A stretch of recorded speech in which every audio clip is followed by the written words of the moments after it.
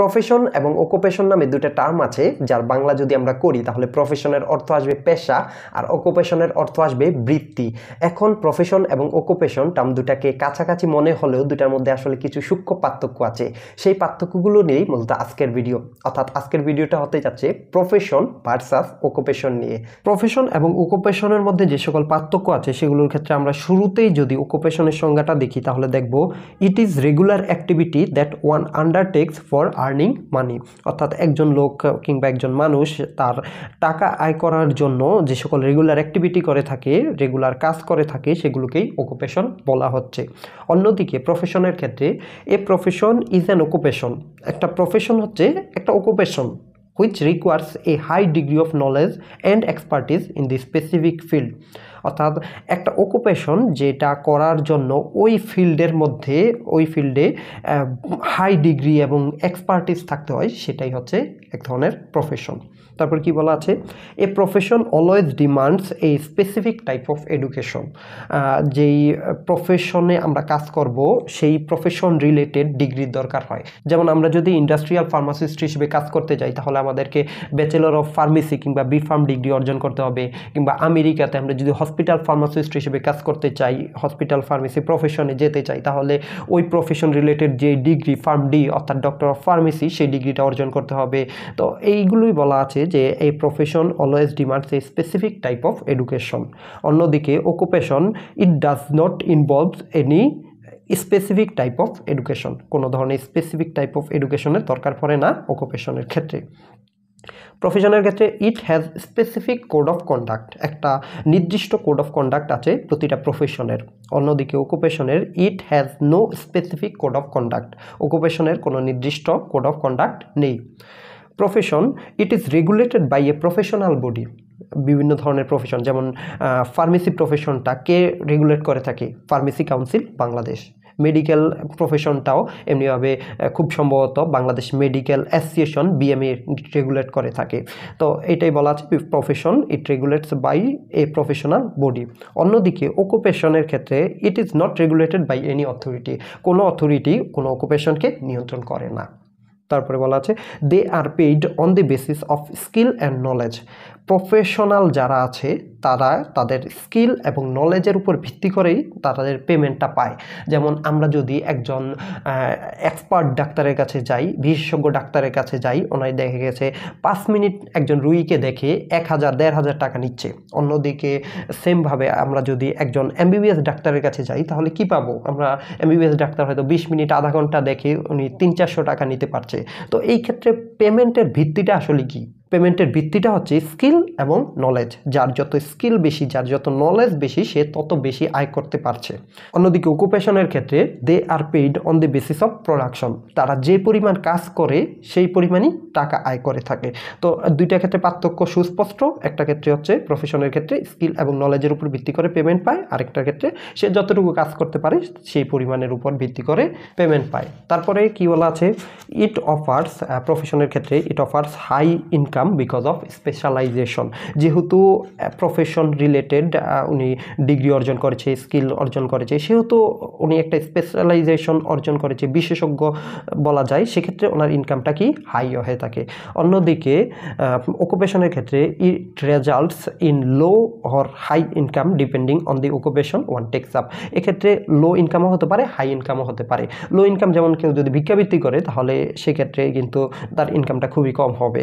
কিংবা কেউ যদি খুবই রিস্কি একটা জবের ভিতরে কাজ করে, ওনার হয়তো জীবনও চলে যেতে পারে সেই কাজটা করার ক্ষেত্রে, সেক্ষেত্রে ইনকামটা হাই হয় আর কি। তো সেক্ষেত্রে অকুপেশনের ক্ষেত্রে হাই এবং লো দুই ধরনের ইনকামই হতে পারে। কিন্তু প্রফেশনের ক্ষেত্রে যেহেতু ওনার উনি এই বিষয়ে বিশেষজ্ঞ, ওনার এই বিষয়ে নলেজ আছে, স্কিল আছে, সেহেতু ওনার হাই ইনকাম হয়ে থাকে।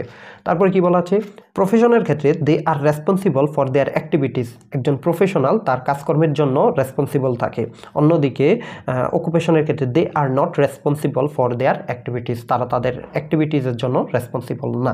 এখন কেন ওনারা ওনাদের কাজের জন্য রেসপন্সিবল আর অকুপেশনে যারা জড়িত থাকে তারা কেন রেসপন্সিবল না, সেটা পরের পয়েন্টেই দেখতে পাবো। যেমন প্রফেশনের ক্ষেত্রে দে হ্যাভ অটোনোমাস পাওয়ার। তাদের একটা স্বায়ত্তশাসন আছে, তাদের অটোনোমাস পাওয়ার পাওয়ার আছে। বলা হয় না, with great power comes great responsibility, অর্থাৎ যেহেতু ওনার অটোনোমাস পাওয়ার আছে সেহেতু ওনার কাজের জন্য রেসপন্সিবল থাকতে হবে। অন্যদিকে অকুপেশনের ক্ষেত্রে দেখা যায় no one has autonomous power, অকুপেশনের সাথে জড়িত যারা থাকে তাদের কারোর অটোনোমাস পাওয়ার নেই। They are supervised or monitored by others, তারা অন্য কারো একজনের দ্বারা সুপারভাইজড হয়ে থাকে, অন্য কারো দ্বারা মনিটরড হয়ে থাকে, অন্য কেউ ওনাদেরকে নির্দেশ প্রদান করে, ওনারা সেই কাজটা করে। তো সেক্ষেত্রে কিন্তু ওনাদের কোনো রেসপন্সিবিলিটি থাকে না।